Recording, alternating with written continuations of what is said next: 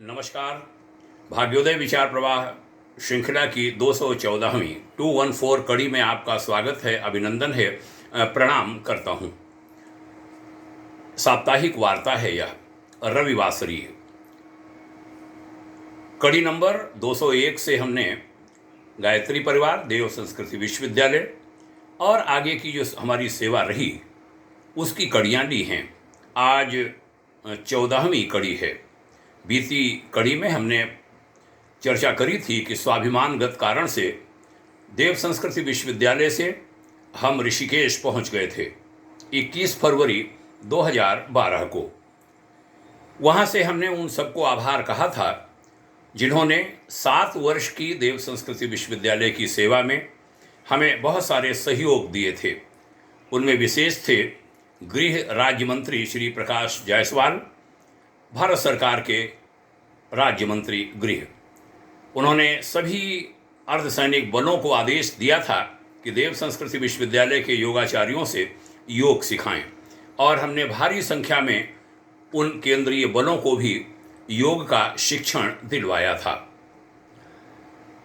जिलाधिकारी हरिद्वार हों अथवा डीजीपी ट्रेनिंग उत्तर प्रदेश, सभी को हमने सधन्यवाद पत्र लिखे थे और उनको आभार कहा था हमें सहयोग करने के लिए। उनकी फेहरिस्त लंबी है। नई सेवा आरंभ हो चुकी थी। संध्या काल रोज गंगा आरती में भागीदारी होती। बच्चों को पढ़ाने का क्रम जो हमारे बच्चों का निजी परिवार का था वह भी जारी था। 2 बच्चों की शिक्षा शेष रह गई थी और अन्य बच्चे अपने आगे की प्रतियोगिता में आगे बढ़ चले थे। ऋषिकेश केंद्र बन चुका था शिक्षा का। सुपुत्र उच्च शिक्षा के लिए दिल्ली जा चुके थे। आदरणीय स्वामी चिदानंद सरस्वती जी ने वहाँ पर हमारी सेवा की सूचना श्री राज्यपाल, मुख्यमंत्री जी, मुख्य सचिव, डीजीपी, पौड़ी के डीएमएसपी, गढ़वाल के कमिश्नर आईजी आदि सभी को भेजी थी। 3 महीने भी नहीं गुजरे थे, एक नई चुनौती का सामना करना पड़ा था। इस चुनौती का संकेत स्वामी जी ने हमें पहले दिया था। जब तीर्थयात्री आने की जो अवधि होती है, पीरियड होता है, जब पीक पर होता है उनका आगमन, तब हर साल गर्मी की छुट्टियों में वहाँ के कर्मचारी हड़ताल कर देते हैं। स्वामी जी का विदेश दौरा हुआ और इधर भारी हड़ताल हो गई आश्रम कर्मचारियों की। वास्तव में वे बड़े तकलीफ़ के दिन थे 2012 के।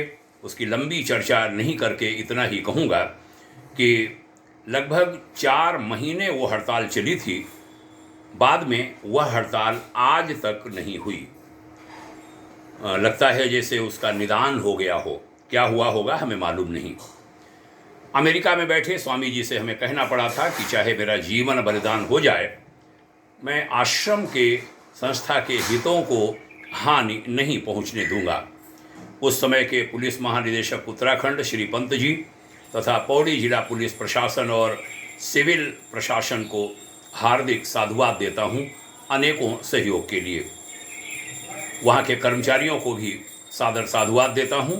उन्होंने कई समझदारियां बरती और आगे उसकी पुनरावृत्ति नहीं करी। सभी को हमारा प्रणाम।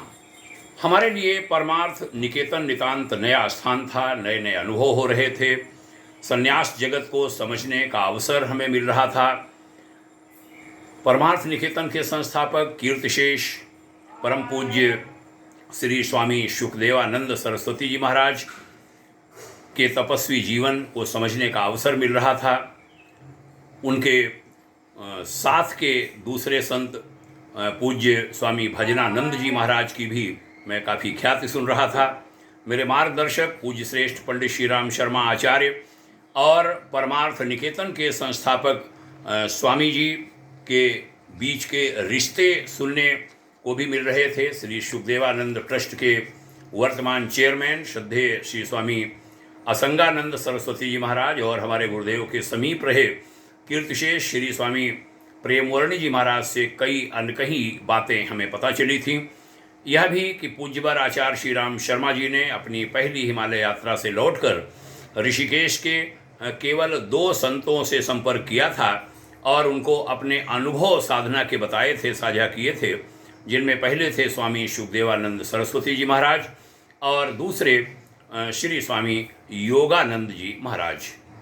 खैर, तीर्थनगरी ऋषिकेश में एक अभिनव संसार विनिर्मित हो रहा था, होने लगा था।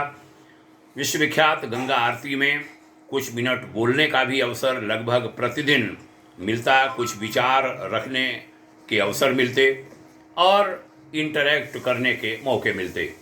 उसके कारण देश दुनिया के लोगों से परमार्थ निकेतन के संबंध और उसकी छवि बहुत अच्छी बनने लगी है। ये बात ऋषिकेश का जन समुदाय खुलकर कहने लगा था।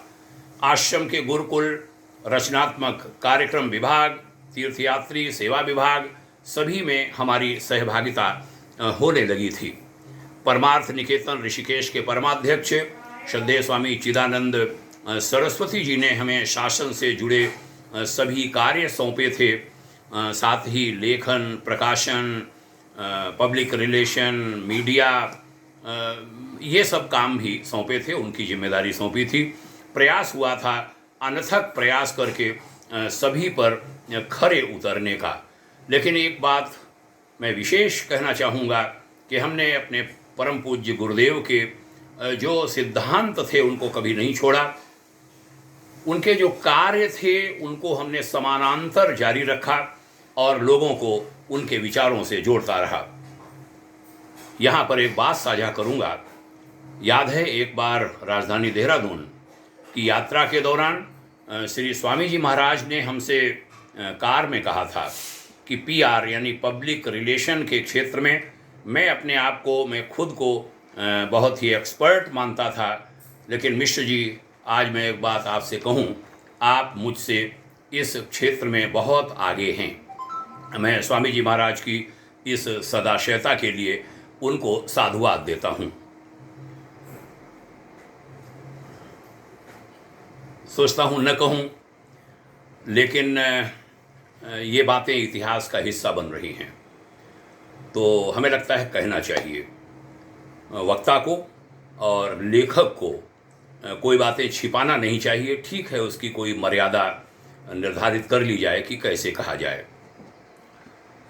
हरिद्वार से परमार्थ निकेतन के ट्रस्ट के कुछ लोगों को जोड़कर हमें ऋषिकेश से डिस्टर्ब करने की गहरी कूटनीति भी चली गई थी।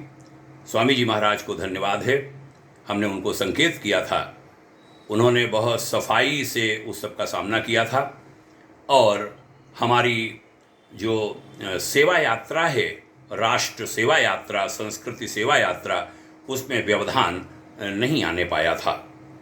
इसमें मैं अपने गुरुदेव देवात्मा हिमालय के ऋषियों की तो कृपा मानता ही हूँ, श्रद्धेय स्वामी चिदानंद सरस्वती जी की दूरदर्शिता को भी साधुवाद देता हूँ।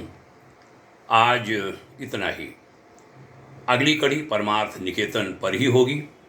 आज की चर्चा को विराम देते हुए ये अवश्य कहना चाहूँगा कि श्री स्वामी चिदानंद सरस्वती जी एक बड़े विजनरी संत हैं। उनके मस्तिष्क में गंगा, नदियाँ, पर्यावरण संरक्षण, वृक्षारोपण, कुंभ आदि के प्रति बड़ी स्पष्ट समझ है। मेरा मानना है, मैं इस बात को बहुत खुल करके कहना चाहता हूँ कि यदि परमार्थ निकेतन के पास भारत के प्रति अच्छी समझ रखने वाले और समर्पण वाले यानी समर्पित भारतीयों की एक सशक्त टीम हो, तो उन विजन्स को क्रियान्वित करके देश में बड़ी बड़ी सफलताएं प्राप्त की जा सकती हैं। यात्रा जारी है। आज की चर्चा को यही विराम। आपने सुना, इसके लिए साधुवाद। 2-3 कड़ियाँ और हमारी इस सेवा यात्रा पर हैं। उसके बाद स्वयं की संस्था बनाकर परमार्थ निकेतन के बाद दिल्ली, उसके बाद भाग्योदय फाउंडेशन नाम की संस्था के साथ सेवा, और फिर ये कड़ियाँ यहाँ रुकेंगी। हम पूर्व की भांति जो हमारे विषय, ज्वलंत विषय संडे के, रविवार के हुआ करते थे, वह लेना आरंभ करेंगे। 2-3 कड़ियाँ और। बहुत धन्यवाद आपको, पुनः प्रणाम। पात्र लोगों में, संबंधित व्यक्तियों में ये चर्चाएं पहुंचाते रहिए, यह भी निवेदन। जय हिंद, शुभकामना। ओम शांति।